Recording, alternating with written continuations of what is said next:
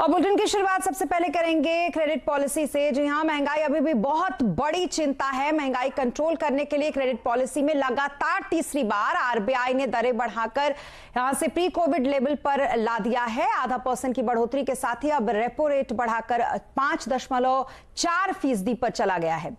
अब RBI governor ने माना है कि महंगाई को लेकर अभी बहुत सारी चिंताएं हैं। हालांकि FY23 के लिए महंगाई का अनुमान 6.7% रखा है। तो वहीं ग्रोथ यानी कि जीडीपी को लेकर आरबीआई ने कहा है कि FY23 में ये 7.2% रहेगी। तो वहीं आरबीआई गवर्नर का मानना है कि अभी ये कानून मुमकिन नहीं होगा। आखिर आरबीआई दरें बढ़ाने को कब तक रोकेगा, ये फिलहाल अभी मुमकिन नहीं होगा, ये कहना है आरबीआई गवर्नर का। Very uncertain situation, and it's not as if I am trying to answer to your question. It's not as if I am trying to be diplomatic or anything.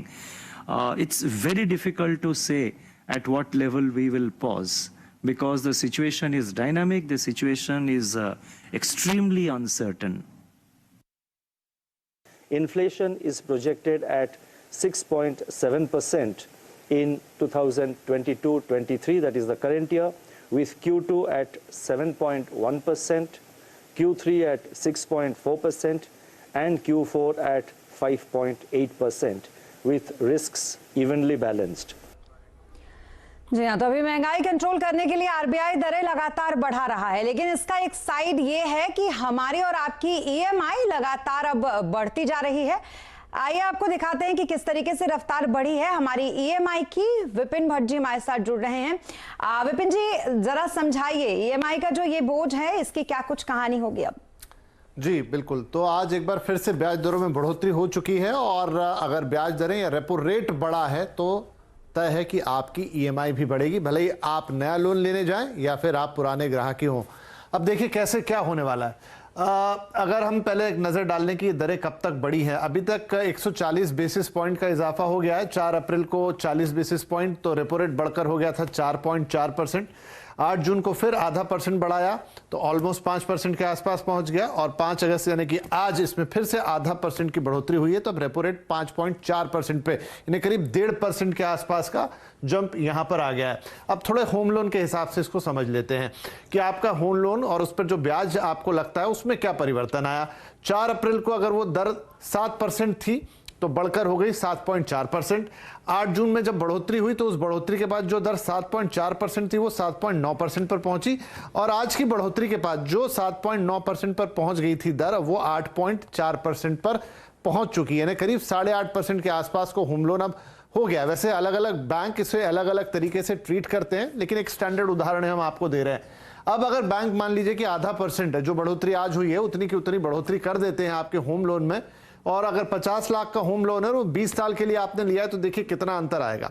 पहले ये 7.75% पर था, तो 41,047 रुपए की आपकी ईएमआई आ रही थी, और वो ईएमआई जब ये 8.25% पर पहुंच जाएगा, यानी कि आज की जो बढ़ोतरी है 0.5% की, वो पूरी की पूरी लागू कर दी जाए, तो 42,603, यानी करीब करीब आपका यहाँ पर 1,500 रुपए से कुछ ज्यादा का इजाफा आपके होम लोन की किस्त में हो जाएगा, 1,556 रुपए टू बी प्रिसाइज। अब कुछ और उदाहरण देख लेते हैं। ये 50 लाख का लोन था, कुछ और लोन से हम समझेंगे कि कितनी ये ईएमआई बढ़ सकती है।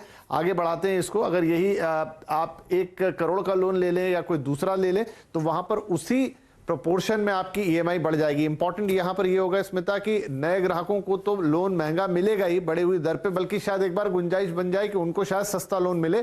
लेकिन जो होम लोन एक्सटर्नल बेंचमार्क यानी कि रेपो रेट से जुड़े हैं, तो जितना रेपो रेट बढ़ता है उतनी ही बढ़ोतरी उनमें हो जाती है। तो खास तौर पर जिन लोगों ने थोड़े दिन पहले सस्ते लोन लिए थे, उनके लिए थोड़ी मुश्किलें यहां पर बढ़ेंगी। जी, बहुत शुक्रिया तमाम डिटेल्स के लिए विपिन जी आपका। तो ये रहा वो खाका जो उन्होंने बताया आपको कि किस तरीके से आप पर बोझ पड़ेगा ईएमआई का। लेकिन फेडरल बैंक के ईडी आशुतोष खजूरिया जी ने कहा है, उनका कहना है कि कर्ज महंगा होने का सिलसिला अभी आगे रुकने वाला नहीं है। आरबीआई आगे और दरें अभी बढ़ाएगा। बहुत ही कम है ऐसे तादाद में जिनका अनुमान है कि ये 6 के ऊपर जाएगा रेपो रेट। अब वो उसको पहले 50-50 करके पहले बढ़ा लेते हैं, या शुरू उसकी पेस जो है वो धीमी रखते हुए 25-35 इस तरह से चलते हैं, इसमें विकल्प हो सकता है। तो अगर आपको 6% की ओर बढ़ना है तो आपने शुरू में ये तीसरा आपने देखा 50-50 की तीसरी हाइक हुई है, मतलब 150 बेसिस पॉइंट हम बढ़ चुके हैं तकरीबन।